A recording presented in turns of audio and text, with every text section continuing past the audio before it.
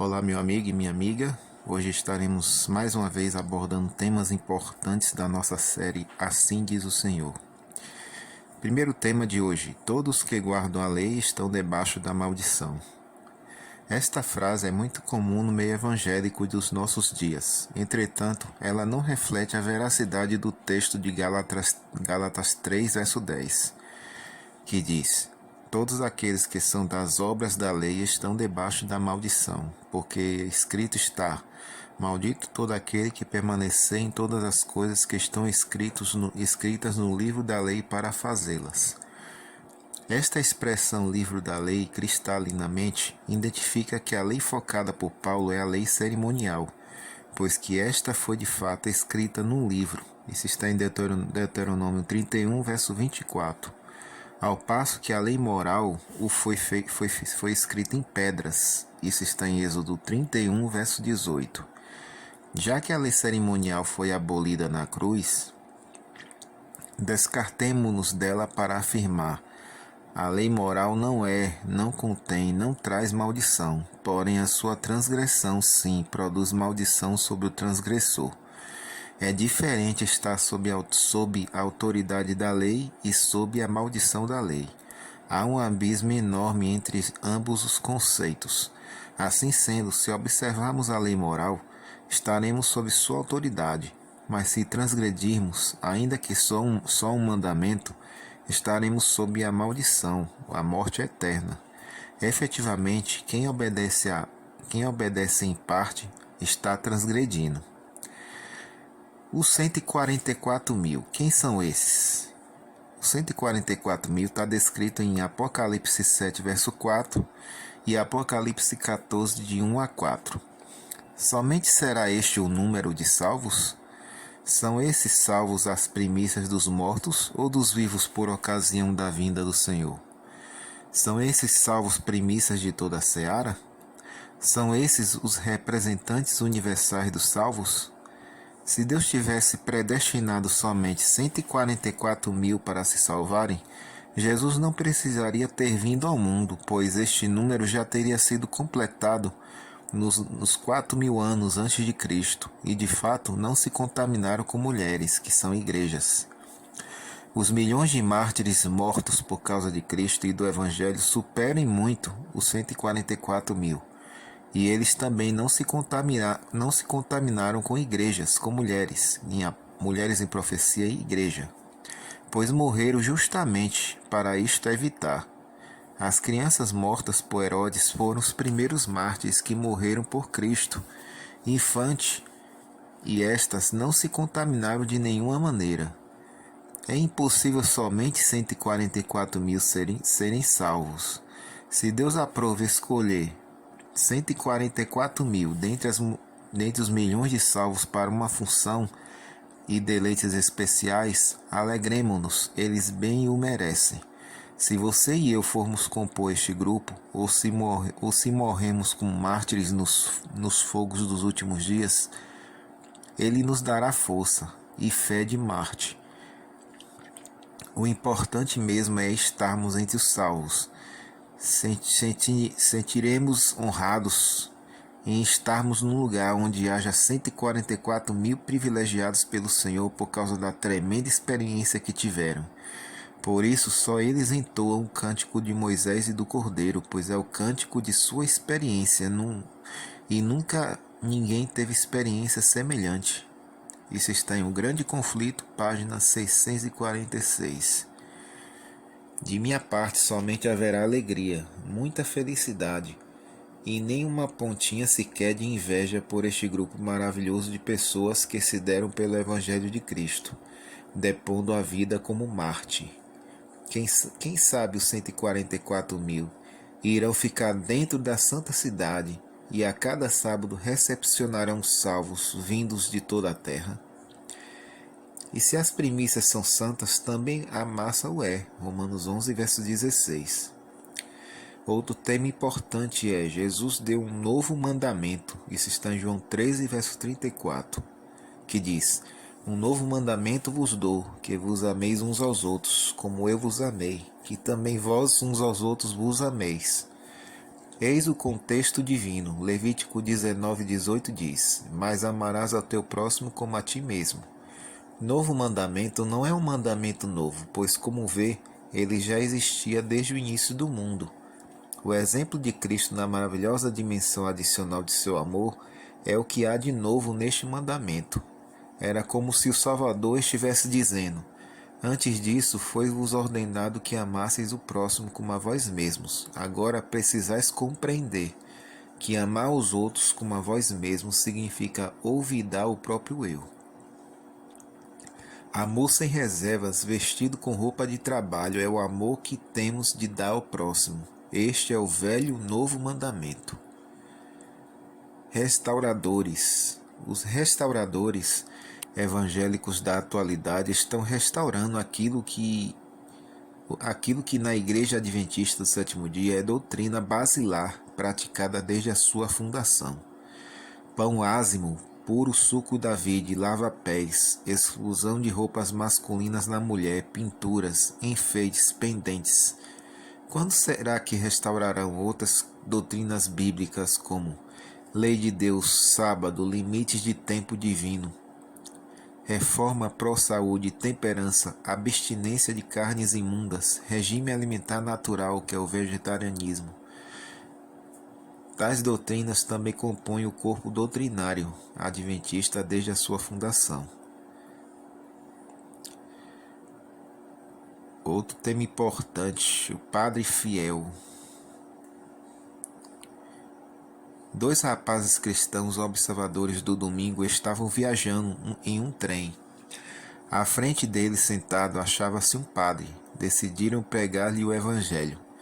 Padre, disse um, o senhor está errado, pois a Bíblia é contra imagens. Onde está escrito isso, filho? Replicou o padre.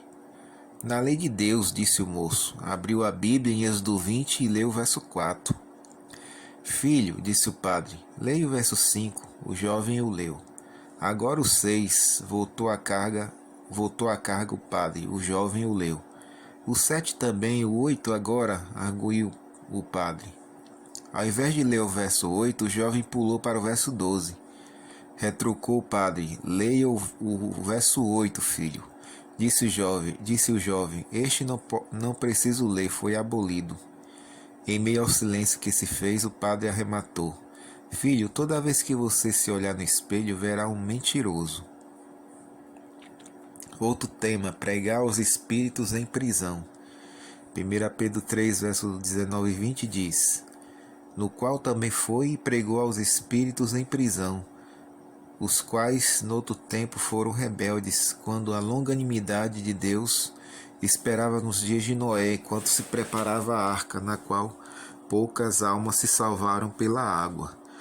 3 grupos disputam este texto no intuito de abonar suas doutrinas. O grupo espírita, para aceitar a existência de espíritos desencarnados, encarnação e etc. O grupo evangélico, para defender a imortalidade inerente da alma. Já os católicos nestes versos se apoiam para aprovar o purgatório. Muitos assim entendem que em um espaço entre sua crucifixão e ressurreição, Jesus pregou aos supostos espíritos desencarnados dos antediluvianos. Efetivamente, tal texto deve ser analisado sob a luz de outros textos paralelos para descobrir-se a verdade e o que pretendia Pedro em sua explanação. Antes, porém, você não deve prescindir da eterna verdade que é a graça finda por ocasião da morte da pessoa, e não há em hipótese alguma segunda oportunidade de arrependimento para o pecador após o seu falecimento. Com a morte cessam as oportunidades de salvação. Isso está em Hebreus 9, verso 27, Eclesiastes 9, verso 10 e Gálatas 6, verso 10.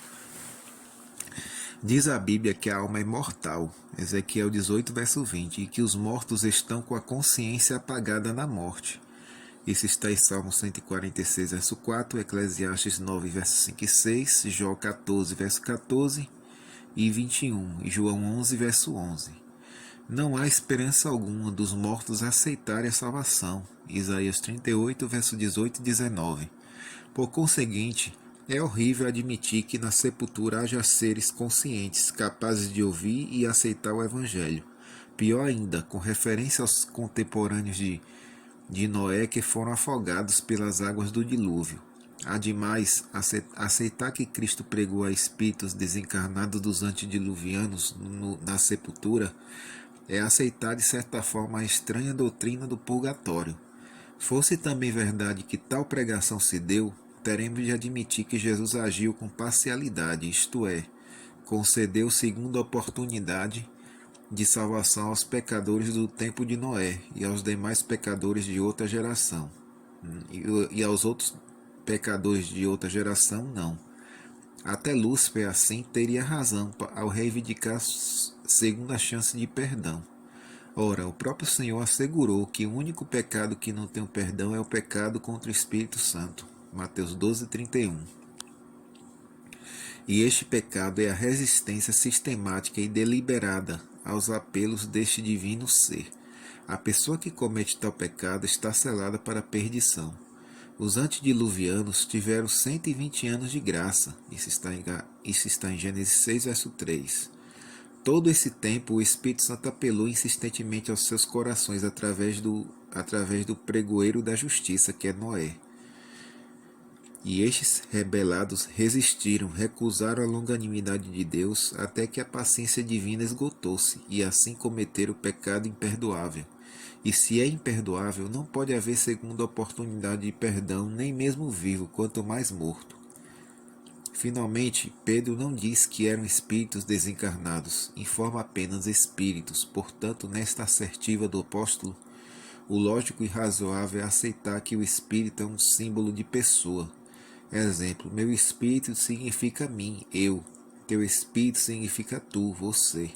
Adam Clarke, concluindo pela impossibilidade de se tratar de espíritos desencarnados, diz que a frase os espíritos dos justos aperfeiçoados certamente se refere a homens justos e homens que se acham ainda na igreja militante, e o Pai dos Espíritos tem referência a homens ainda no corpo. Hebreus 12, verso 9. E o Deus dos Espíritos de toda a carne significa homens não em estado desencarnado.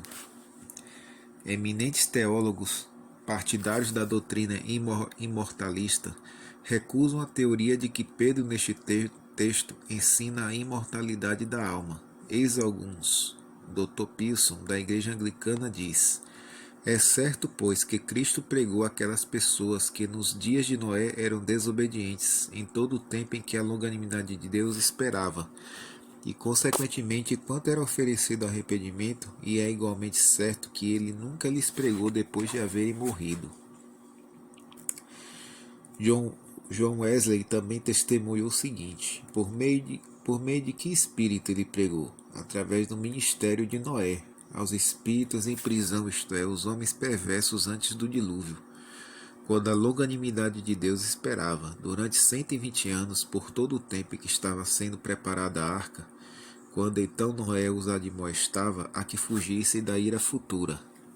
Finalizando, irmãos, a obra de Jesus foi a abertura da prisão aos presos.